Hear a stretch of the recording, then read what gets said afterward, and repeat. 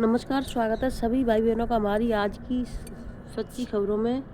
तो बहनों, मैं आज आपको बताना चाहूँगी, आज यानी हो चुकी है आपकी 2 फरवरी। तो 2 फरवरी को जो आदेश आया है, उससे पहले मैं उसको बताना चाहूँगी सभी बहनों को बसंत पंचमी की आप सभी भाई बहनों को बहुत सारी शुभकामनाएँ। तो देखिए बहनों, जो महाकुंभ में गए हैं, उनके परिजन खो गए हैं या फिर खोया पाया है, तो वहाँ पर जाकर के संपर्क करें। अभी शाम को 35 लोगों के फ़ोटो आए हैं कि वहाँ पर वो बैठे हुए हैं और अपने परिवार का सेक्टर नंबर 21 में। तो देखिए, एक दूसरे को इस चीज़ की जानकारी कर लें कि खोया पाया जो केंद्र है वहाँ पर भी जानकारी कर लिया करें। अब मैं आपको आदेशों की तरफ ले चलती हूँ बहनों, क्योंकि देखिए 4 से 5-6 दिन हो गए महाकुंभ में। वहाँ पर ना तो नेट चलता था, ना कुछ, हम कोई जानकारी ना ले पा रहे थे ना दे पा रहे थे, क्योंकि वहाँ पर जो हादसे हो रहे थे उसकी वजह से वहाँ पर नेट को बिल्कुल बंद कर दिया था। और आने जाने के रास्ते भी इतनी भीड़ थी कि बंद थे समझ लो। तो हम भी वहाँ से 6 दिन के बाद निकल के आ पाए बहनों। तो मैं आपको जो जानकारी देना चाहती हूँ, आज आप ध्यान से देख लें इसको। और आंगनबाड़ी और सहायिका बहनों के लिए बहुत ज़रूरी है। और जो कल बजट पेश हुआ था, उसकी वीडियो हम दिन में लेकर के आएंगे बहनों के लिए, क्या बजट में आया है, आज फिर जो बजट आएगा उसमें क्या होगा। तो बहनों, वीडियो को पूरा देख लें और शेयर कर दें। निदेशालय बाल विकास सेवा एवं पुष्टाहार उत्तर प्रदेश लखनऊ, दिनांक 27 जनवरी 2025 का आदेश है। देखिए आप यहाँ पर 2025 का। अब देखिए, जिला कार्यक्रम अधिकारी यहाँ पर जनपदों के नाम देख लें, कौन कौन से ऐसे जनपद हैं जिनको ये लाभ मिलेगा। देखिए, सुल्तानपुर, मिर्ज़ापुर, गोरखपुर, प्रयागराज, वाराणसी, जौनपुर, बलिया, गोंडा, बहराइच, अयोध्या, औरैया, हरदोई, कानपुर, झांसी, रायबरेली, उन्नाव, सीतापुर, कन्नौज, बांदा, बाराबंकी। तो ये इतने जो ज़िले हैं, तो इन ज़िलों को ये लाभ मिलेगा। और टोटल कितने ज़िले हो जाते हैं आप इसमें देख लेना। विषय इसका दिखा देती हूँ मैं आपको, विषय क्या है इसको देख लें आप। CSR के माध्यम से आंगनबाड़ी कार्यकर्ती एवं आंगनबाड़ी सहायिका के अपने बच्चों को वित्तीय सहायता उपलब्ध कराने के संबंध में। तो जो आंगनबाड़ी और सहायिका हैं, उनके बच्चों को, खुद के बच्चों को वित्तीय सहायता प्राप्त होगी CRS के माध्यम से। अब ये CRS क्या है, CSR क्या है, इसको देख लेते हैं हम आगे। उपरोक्त के विषय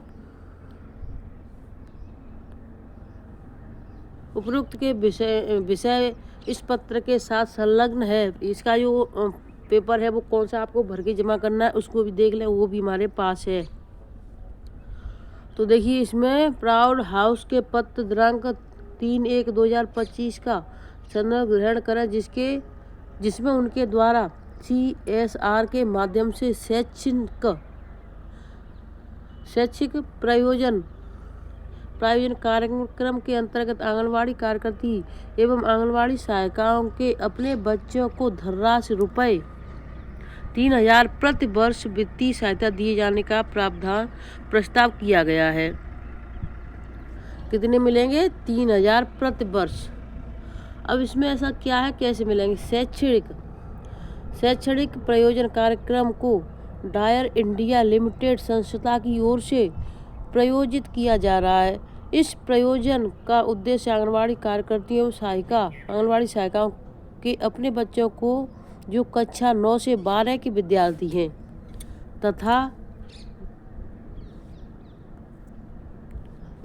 उन बच्चों को अपनी शिक्षा जारी रखने में वित्तीय चुनौतियों का सामना करना पड़ रहा है।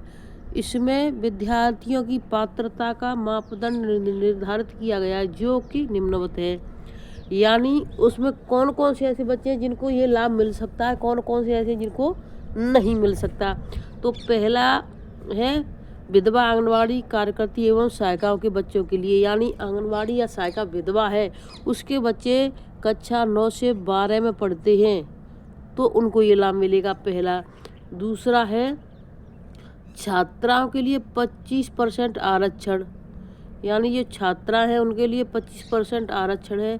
तो ये दूसरा है प्रावधान। तीसरा है आर्थिक कठिनाइयों का सामना कर रहे छात्रों के लिए 25% यदि जो आंगनवाड़ी कार्यकर्ती सहायिका अपेक्षाकृत अधिक कठिनाई का सामना कर रही है उनके संबंध में प्रारूप में टिप्पणी के कॉलम संख्या 11 में अवश्य अंकित करें। यानी कठिनाई का जो सामना कर रही हैं तो कैसी कठिनाई है उसको 11 नंबर कॉलम में उसको भी मैं आपको दिखाऊंगी, उसमें अंकित करें कि आर्थिक कठिनाई का सामना कर रहे हैं। उक्त के क्रम में आपको निर्देशित किया जाता है कि पत्र के साथ संलग्न प्रारूप पर सूचना 1 सप्ताह में निम्नलिखित विषय पर अपने प्रमाण पत्र के साथ प्रेषित करना सुनिश्चित करें। तो 1 सप्ताह के अंदर ये आपको भेजनी है। आप अपनी सुपरवाइजर को ये भर करके देंगे तभी वहाँ पर पहुँच पाएगी बहनों। प्रमाणित किया जाता है कि डाबर इंडिया लिमिटेड संस्था की ओर से प्रायोजित शैक्षिक कार्यक्रम के उद्देश्य की पूर्ति हेतु पात्रता के निर्धारित मापदंडों का पालन करते हुए जनपद में कार्यरत आंगनवाड़ी कार्यकर्तियों एवं सहायिकाओं के अपने बच्चों का नाम जो विद्यार्थियों के रूप में वित्तीय चुनौतियों का सामना कर रहे हैं को भेजा जा रहा है। और ये आपकी संदीप कौर निदेशक हैं बाल विकास विभाग की। अब इसमें आगे चलते हैं बहनों। और समस्त जिला अधिकारी उत्तर प्रदेश, समस्त मुख्य विकास अधिकारी उत्तर प्रदेश कार्यालय प्रति, तो आपको ये कार्यालय में जमा करना है। अब इसका ये फॉर्म है, इसको कैसे भरना है इसको देख लें। CSR के माध्यम से आंगनवाड़ी कार्यकर्ती या सहायिकाओं के बच्चों को वित्तीय सहायता प्रदान किए जाने के प्रारूप।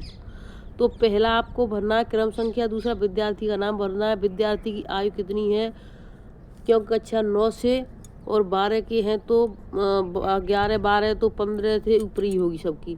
लिंग भेजना है, अब लड़की है लड़का, विद्यार्थी किस कक्षा में अध्ययन करता है यानी किस कक्षा में पढ़ता है, विद्यार्थी का नाम यहाँ पर फिर से विद्यालय का नाम, विद्यार्थी की माता का नाम, आंगनवाड़ी का सहायिका जो कि विद्यार्थी की माँ ही होगी।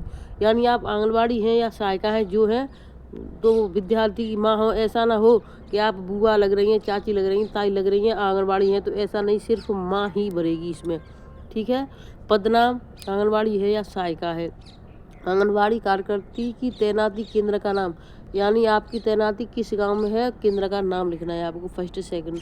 क्या आंगनवाड़ी कार्यकर्ती सहायिका विधवा है या हाँ या नहीं, तो आप विधवा हैं या नहीं, क्योंकि देखिए इसमें 3 है, 25% बच्चियों के लिए है और कठिनाई को जरूर नहीं कि विधवा ही हो, तो आप विधवा है या नहीं है तो हाँ या ना में ये भी भरेंगे। और ये टिप्पणी है आपकी कौन कौन सी, जिस मैंने आपको भी बताया कि कॉलम नंबर 11 में आप किस कठिनाई से गुजर रही हैं वो आपको इस वाली कॉलम में भरना है। तो ये भर करके आप जमा कर दें तो आपको ये धनराशि मिल जाएगी। अब मैं आपको और भी आदेश हैं इसको दिखा देती हूँ। देखिए ऊपर से जो आदेश आ जाते हैं, लेकिन जब तक आपके पास ये नंबर नहीं होगा आप कुछ नहीं कर पाएंगे। नंबर नहीं मिला तो मातृ वंदना योजना में होगी असमर्थता, यानी आप फॉर्म ऑनलाइन नहीं कर सकती। अब वो नंबर क्या है इसको आप देख लें। ये MCS ये वाला जो लिखा है MCDS का नंबर होता है 12 अंक, 12 से 14 के बीच में होता है, या 12 का होता है या 13-14 का होता है। क्योंकि जैसे आधार कार्ड 12 नंबर का होता है ऐसी तरीके से नंबर उस पर होता है, वो नंबर डलता है तभी वो ऑनलाइन हो पाता है। तो ये आप कहाँ से लेंगे, ये आप लेंगे अपनी एनम से, क्योंकि एनम जो ऑनलाइन कर दिया है तो उस अगर एनम ने ऑनलाइन कर दिया है तो नंबर आपका निकल आएगा। अगर एनम ने ऑनलाइन नहीं किया किसी गर्भवती को तो ये उसको नंबर नहीं मिलेगा। तो ये आपकी जिम्मेदारी होती है कि एनम से जब भी कोई गर्भवती पहले बच्चे वाली हो चाहे दूसरे बच्चे वाली हो, क्योंकि इन दोनों को लाभ मिलना होता है, पहले को तो चाहे लड़की हो या लड़का, दूसरी गर्भवती को इसलिए हमें भरना ऑनलाइन करवाना जरूरी है क्योंकि हो सकता है उसको बच्ची हो गई तो बच्ची को 6000 मिलेंगे। तो इसलिए दोनों फर्स्ट सेकंड गर्भवती को ऑनलाइन बहुत ज़रूरी है करवाएं। ठीक। अब मैं आपको ले चलती हूँ और भी आदेश हैं। तो देखिए आंगनवाड़ी कार्यकर्ती और सहायिकाओं को बजट से वेतन वृद्धि होने की उम्मीद है। आंगनवाड़ी वर्कर्स को बीमा और PF की सुविधा मिलनी चाहिए। सावित्री चौधरी आंगनवाड़ी हैं जो बुलंदशहर से जिलाध्यक्ष हैं, तो उन्होंने ये उसमें पेपर में निकलवाया है। अब मैं आपको देखिए एक और जो चल रही है उसको दिखाई। सरकार आंगनवाड़ियों को बिल्कुल अनदेखा कर रही है। जब तक आंगनवाड़ियाँ काम करती चली जाएंगी करते चली जाएंगी, विरोध नहीं करेंगी, तब तक ऐसा ही होता रहेगा। आंगनबाड़ियों को चाहिए कि अब बिल्कुल अनिश्चितकालीन हड़ताल पर चले जाना चाहिए, नौकरी जाए या रहे। अगर विभाग मानदेय काटने और सेवा समाप्त की बात करता है तो हमारे लिए कोर्ट है, घबराए नहीं। अगर ऐसा सब लोग एक साथ करेंगे, अपने अपने ब्लॉक और जिलों से ही बैठ जाएं और कह दें कि अब इतने पैसों में इतना काम नहीं होता, वरना पूरी ज़िंदगी इतने ही मानदेय में काम करते रहना पड़ेगा। सरकार इस योजना को ख़त्म करना चाहती है पर कर नहीं सकती। वो चाहती है कि काम के जरिए आंगनबाड़ियों को इतना मजबूर कर दो कि वह खुद नौकरी छोड़ दें। धीरे धीरे बहुत आंगनबाड़ियों ने रिजाइन दे दिया। इससे अच्छा है लड़ लें। सिक्किम में 7,000 वेतन दे सकता है, पांडिचेरी में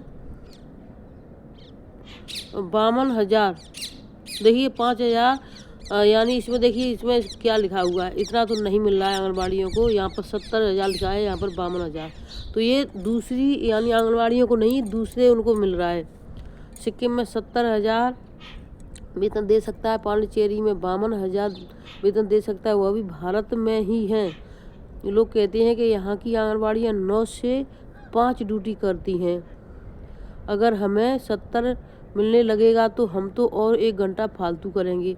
सरकार जानती है कि आंगनबाड़ियों में एकता नहीं है। तो वीडियो को मैं यहीं पर रखती हूँ। जो मेन चीज़ थी मैंने बता दी है बहनों। फिर मिलती हैं आपसे नई अपडेट के साथ, तब तक के लिए धन्यवाद बहनों। मैंने यानी वहाँ पर जितने दिन हम रहे वहाँ पर, तो उतने दिन हमने भागवत बहुत अच्छी सुनी। और भागवत में हमने नाम तो नहीं डाल पाएगा इस यानी इस कथा में हमने कौन सी रिकॉर्डिंग, लेकिन आप जिस भी भागवत की वीडियो को खोलकर देख लोगी, आपको एकदम वो बातें, एकदम ज्ञान की बातें सुनेंगी और आप सोच लेंगे कि हाँ ये हमने कभी नहीं सुना था। बहुत ही अच्छी भागवत की वीडियो डाली, चाहे वो शॉर्ट हो या फिर लॉन्ग हो। वीडियो को अवश्य देख लें। धन्यवाद।